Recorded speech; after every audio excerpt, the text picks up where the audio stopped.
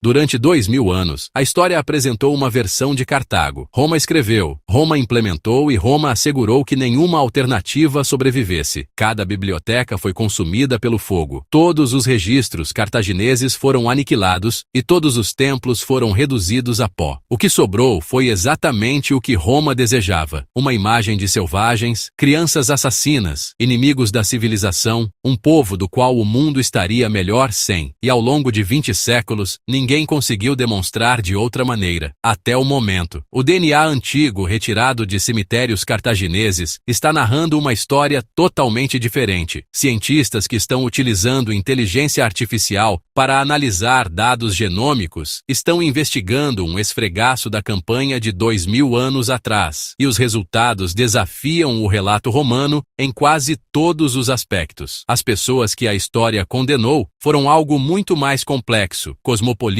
e geneticamente surpreendente do que se imaginava. O que o DNA revelou sobre os cartagineses não apenas revisa a história antiga, mas a reescreve por completo. Antes de ser destruída por Roma, Cartago era a civilização mais poderosa que o Mediterrâneo Ocidental já conhecera. Não se trata de um posto avançado bárbaro preso ao costa norte africana, nem de um entreposto comercial afortunado. É uma superpotência autêntica, com portos gêmeos concebidos em um padrão que os arquitetos romanos estudariam posteriormente e se esforçariam para reproduzir. Edifícios de apartamentos de 6 andares erguiam-se sobre as ruas, pulsando com comerciantes de 3 continentes e uma população que alguns estimam ultrapassar 500 mil em seu auge. Por volta do século III a.C., as rotas comerciais de todo o Mediterrâneo Ocidental estavam sob controle de Cartago. Sua marinha era a mais temida do mundo. A história começa, como muitas outras do Mediterrâneo, no costa levantina. Os fenícios, um povo marítimo das cidades costeiras do atual Líbano, norte de Israel e oeste da Síria, dominaram o comércio marítimo por séculos, enquanto seus vizinhos ainda se concentravam no comércio terrestre. Eles movimentaram mercadorias que nunca haviam sido tão longe e estabeleceram colônias em todas as costas do Mediterrâneo, interligadas, mercados interligados que nunca haviam existido antes. Uma dessas colônias foi estabelecida em 814 AC, em uma península que se estende para o mar, no local onde hoje é a Tunísia. Eles deram o nome de Kart Hadash, a nova cidade. Nós o chamamos de Cartago. O mito fundador tem como figura central Dido, uma princesa de Tiro que fugiu da casa de seu irmão após um assassinato. Ela navegou para o oeste acompanhada de um grupo de seguidores leais e, por meio de um ato de astúcia notável, conseguiu terras suficientes para fundar uma cidade. Disse que ela poderia ficar com qualquer coisa de couro de boi que pudesse cobrir. Ela cortou a pele em tiras bem finas, coloquei-as nas pontas para finalizar e terreno suficiente fechado para encontrar uma civilização. Se a história é verdadeira ou não é menos importante do que o que ela revela, mesmo em sua própria mitologia, os cartagineses foram definidos pela engenhosidade em vez de vigor. Cartago se desenvolveu ao longo de séculos, tremeu fora de sua relação subordinada com suas cidades-mãe fenícias, incorporou assentamentos adjacentes, edificou, negociou, ampliou. Por volta de 500 a.C., havia um sistema republicano de governo tão sofisticado que Aristóteles o analisou com admiração, comparando sua estrutura de forma favorável a Esparta e Roma. E então, Roma o arrasou, não de forma gradual nem parcial, mas totalmente. Após a Terceira Guerra Púnica em 146 a.C., as tropas romanas levaram 17 dias para reduzir Cartago a cinzas. Cada edifício destruído, cada texto queimado, todos os registros culturais eliminados da memória. Música. Os cartagineses possuíam vastas bibliotecas, narrativas detalhadas, manuais agrícolas, textos sagrados, uma civilização literária completa. Nada disso perdurou. Sobreviveu apenas a versão romana de quem eles eram, e essa versão, por acaso, nunca foi a realidade. Ao controlar o registro histórico, você controla o veredicto, e Roma tinha controle sobre tudo. O sacrifício de crianças foi a acusação que caracterizou Cartago na imaginação antiga e tem sido uma constante em todos os livros de história escritos desde então. Escritores romanos e gregos relataram um ritual conhecido como Tophet, um distrito sagrado em Cartago, onde, segundo essas narrativas, crianças e jovens eram queimados vivos como oferendas aos aos deuses Baal, Ramon e Tanit. As descrições eram vívidas, específicas e horríveis. Música Taziavzio. Diodoro Sículo relatou sobre estátuas de bronze com os braços abertos sobre chamas. Plutarco retratou os rostos dos pais enlutados que foram impedidos de demonstrar emoção durante o ritual. Tertuliano, um orador romano, declarou que a prática persistiu em segredo até o seu próprio tempo. Por séculos, isso não foi questionado. Por qual motivo eles iriam? As contas eram coerentes, as fontes eram diversas e a arqueologia parecia corroborar a narrativa. O mundo acadêmico concordou amplamente sobre a descoberta de milhares de urnas com restos cremados de crianças pequenas durante as escavações no sítio Topet, em Cartago, uma descoberta feita no século XX. Aqui estava a prova material, aqui estavam as vítimas. Porém, a história já havia começado a ser revelada antes que qualquer fio de DNA antigo tivesse sido extraído. Arqueólogos e físicos antropólogos que estudaram o Tophet com mais atenção começaram a observar elementos que não se encaixavam na narrativa de sacrifício. Muitas das crianças não apresentaram nenhuma evidência esquelética de trauma que indicasse uma morte violenta. A distribuição etária dos restos mortais, predominantemente composta por recém-nascidos e bebês muito pequenos, estava em consonância com os padrões naturais de mortalidade das populações antigas, que enfrentavam uma mortalidade infantil tragicamente elevada. Isso se mostrou muito mais compatível do que um ritual processo de seleção. Um estudo significativo de 2010 publicado na revista A Antiguidade sustentou diretamente que o Tophet era um cemitério especializado de crianças e não uma zona de sacrifício. O debate acadêmico ganhou força. Outros, os pesquisadores, recuaram. O argumento expresso de forma mais elaborada é que, quando há tanta fumaça em diversas fontes antigas independentes, algum fogo deve existir. O que ninguém conseguiu resolver foi a questão central de todo o debate. Cada relato sobre o sacrifício de crianças cartaginesas foi produzido por um grego ou romano. Não há registro cartaginês que tenha sobrevivido. Nenhum texto púnico forneceu uma explicação própria do que era o Tophet ou do seu significado. Roma assegurou esse silêncio de forma completa e permanente. É por isso que a introdução da análise de DNA antigo foi tão importante. Pela primeira vez, foi possível fazer perguntas sobre os mortos cartagineses diretamente, sem a necessidade de um intérprete romano, cronista grego ou tradução do inimigo. E os mortos?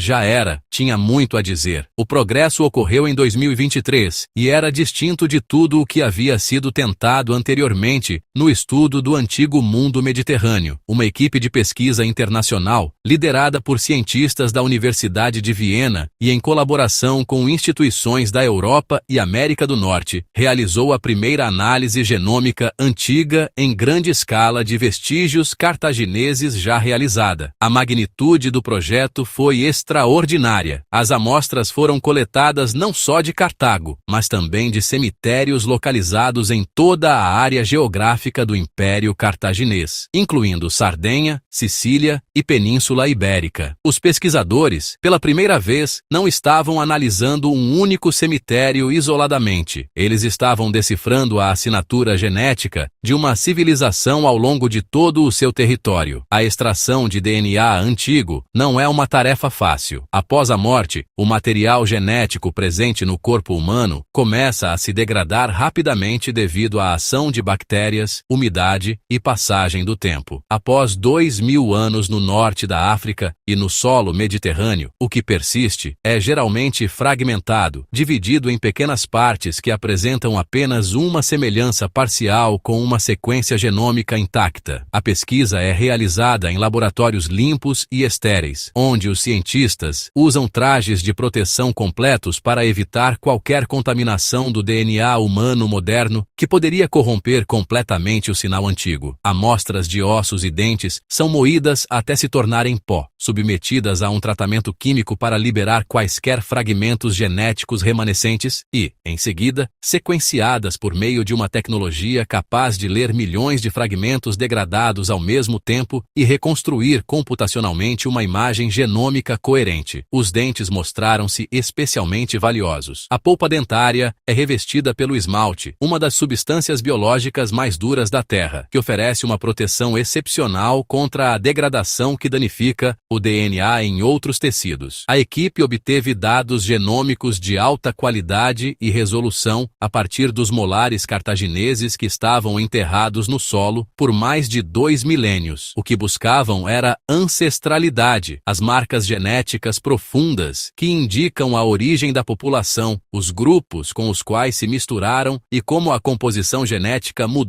ao longo do tempo e das regiões. Eles compararam os perfis cartagineses com um extenso banco de dados de referência de populações antigas e contemporâneas, incluindo todo o Mediterrâneo e além, do Levante até a costa atlântica. Os resultados eliminaram os limites de contaminação. As sequências eram autênticas e os dados eram sólidos. A equipe então analisou o que os genomas realmente revelavam sobre quem essas pessoas, música eram, e a imagem que emergiu quase desafiou todas as suposições feitas na questão. Os cartagineses não eram como Roma os descrevia. Eles nem eram quem os pesquisadores previam que fossem. Sua identidade genética era algo que o mundo antigo nunca havia atribuído crédito à produção. Algo extraordinário. É aqui que tudo se transforma. As informações genômicas coletadas dos cemitérios cartagineses indicaram uma população com uma diversidade genética impressionante que apresentava apenas uma semelhança parcial com a ancestralidade fenícia levantina que se acreditava dominar a população. Música. Sim, as assinaturas genéticas do Oriente Médio estavam presentes. A fundação fenícia à população deixou um legado significativo. No entanto, não se tratou do sinal contundente que os pesquisadores aguardavam de uma população colonial, a qual foi descrita pelas fontes romanas como uma presença estrangeira imposta no cenário mediterrâneo. O DNA revelou uma civilização que incorporou pessoas de quase todos os lugares que encontrou. O Ocidente teve uma influência significativa. O Mediterrâneo se destacou de maneira consistente entre os indivíduos analisados, com evidências genéticas apontando para a Sardenha, Península Ibérica, e de modo geral, para o mundo costeiro europeu. A presença da ascendência norte-africana foi significativa, refletindo uma verdadeira integração com as populações locais líbia e berbere, em vez de um contato superficial típico de uma colônia que se manteve intencionalmente isolada. Algumas pessoas apresentavam perfis genéticos que datam de toda a extensão do comércio no mundo mediterrâneo. A imagem não era etnicamente transplantada do Levante, preservando sua pureza genética em território estrangeiro. Era um caldeirão verdadeiramente, mensuravelmente e genomicamente cosmopolita. Leve em consideração o que isso implica na prática. Uma pessoa enterrada em um cemitério cartaginês na Sardenha pode ter origens do Levante, da Península Ibérica e da Sardenha, além de ter pertencido a comunidades agrícolas ao mesmo tempo. Mais um indivíduo sepultado em Cartago apresentou assinaturas genéticas que indicaram sua ancestralidade recente fora da Fenícia, mas inteiramente no Ocidente Mediterrâneo. A população de Cartago não era homogênea. Serviu como um ponto de encontro para o movimento dos povos antigos. Essa descoberta tem uma ressonância particular quando comparada aos bascos, outro grupo cuja genética foi recentemente esclarecida pela ciência. Enquanto os bascos exibem uma notável continuidade genética, sendo uma população antiga que praticamente não absorveu ninguém e quase não se alterou ao longo dos milênios, Cartago simboliza exatamente o contrário. Abertura total, integração total, uma civilização cuja impressão digital genética era tão variada quanto seu vasto império comercial. E é precisamente isso que torna a caracterização romana tão evidente em sua desonestidade. Cartago foi retratada por Roma como um perigoso outro, uma civilização semita oriental estrangeira que ameaçava a ordem natural do mundo mediterrâneo. No entanto, o DNA revela que os cartagineses eram, no sentido mais literal, biológico, parte do mundo mediterrâneo.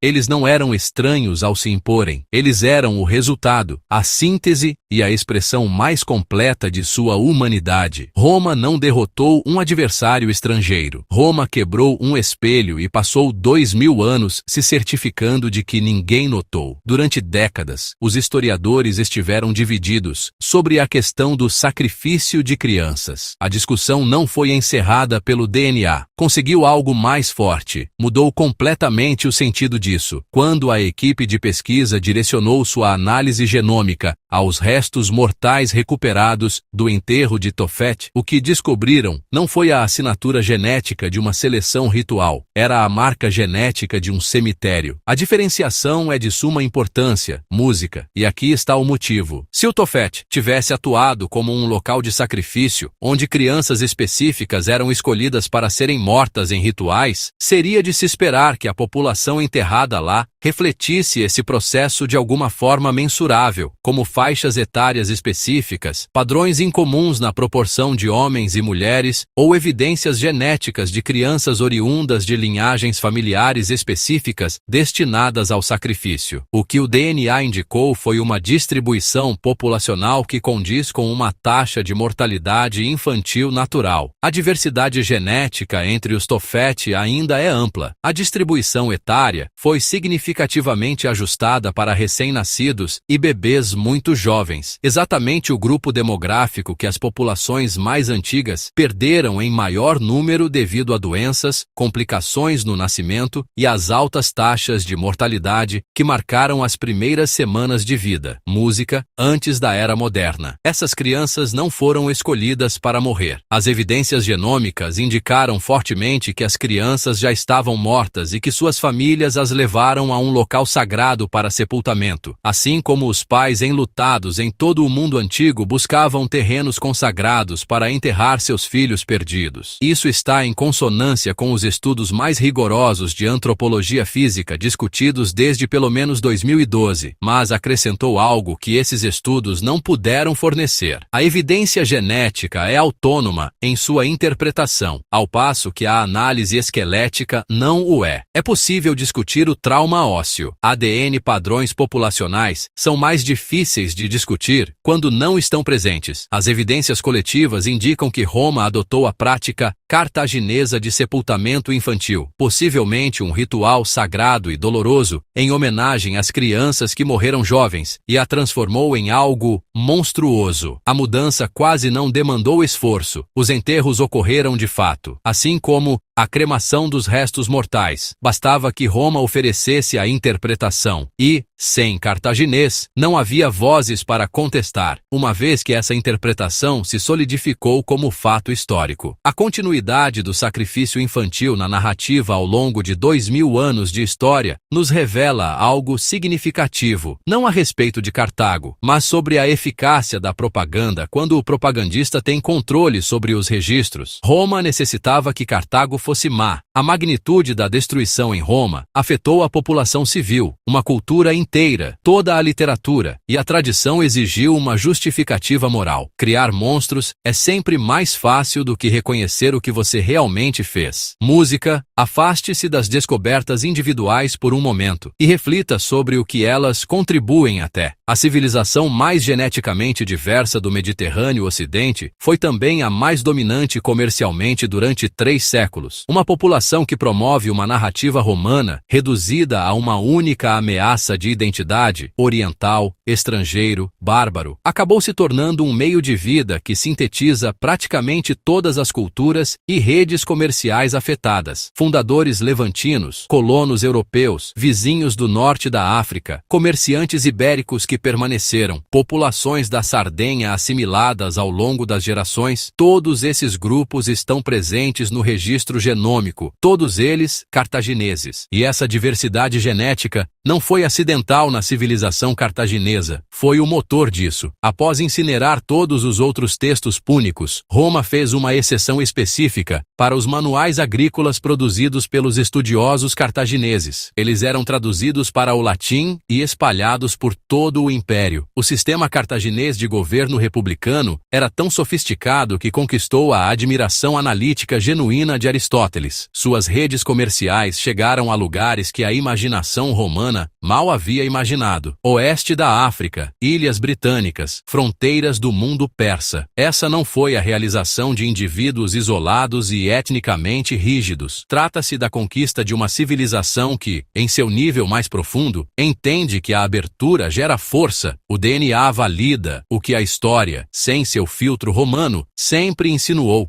Cartago não era adversária da civilização mediterrânea. Foi uma de suas expressões mais intensas, o que levanta uma questão incômoda. Se o relato romano de Cartago foi isso distorcido, construído de forma deliberada e mantido de forma eficaz ao longo de muitos séculos, quantas outras civilizações antigas estamos essencialmente mal interpretados por exatamente o mesmo motivo? Quantas culturas, Roma, Grécia ou outras potências dominantes derrotaram, eliminaram e, em seguida, definiram os gauleses, númidas e etruscos. Cada um deles compreendeu hoje, quase que exclusivamente por meio das palavras das pessoas que os conquistaram. Cartago é o exemplo mais extremo, o desaparecimento mais absoluto, a eliminação mais bem registrada. Porém, não é uma exceção. Trata-se de um padrão, e o DNA antigo está apenas começando a revelar a magnitude desse padrão. A revolução genômica, ao tratar dentes degradados e resfriados em laboratório, está devolvendo a voz àqueles que não têm voz. Os mortos cartagineses não têm como escrever nova história, mas seu DNA carrega informações que nenhum conquistador se atreveu a queimar, nenhum propagandista ousou suprimir e nenhum arquivo foi capaz de conter. Após 2000 anos de silêncio, os mortos finalmente começaram a se comunicar. O que eles afirmam altera completamente o que pensávamos saber e traz à tona questões que estamos apenas começando a considerar. Os cartagineses nunca foram o povo que Roma afirmou que eram. O DNA confirmou. Eles eram diversos, integrados e cosmopolitas, uma civilização cuja impressão digital genética narra uma história de notável abertura, e não de brutalidade ritualística. Uma população que conquistou seu poder não por meio da pureza étnica, mas por meio da absorção, síntese e ligação ao longo de todo o mundo antigo. Porém, a revelação mais significativa é esta. Se 2000 anos de história aceita forem cerca de um dos maiores da antiguidade, civilizações estava fundamentalmente errada. A questão não é apenas sobre Cartago, não mais. Refere-se a cada pessoa silenciada, cuja história pensamos conhecer, pois foi contada pelos seus conquistadores. A análise dos locais de sepultamento cartagineses prossegue. Mais restos aguardam amostragem, e mais genomas não foram lidos. A imagem ainda está sendo criada. Cartago foi destruída uma vez. O DNA antigo está garantindo que isso nunca mais ocorra.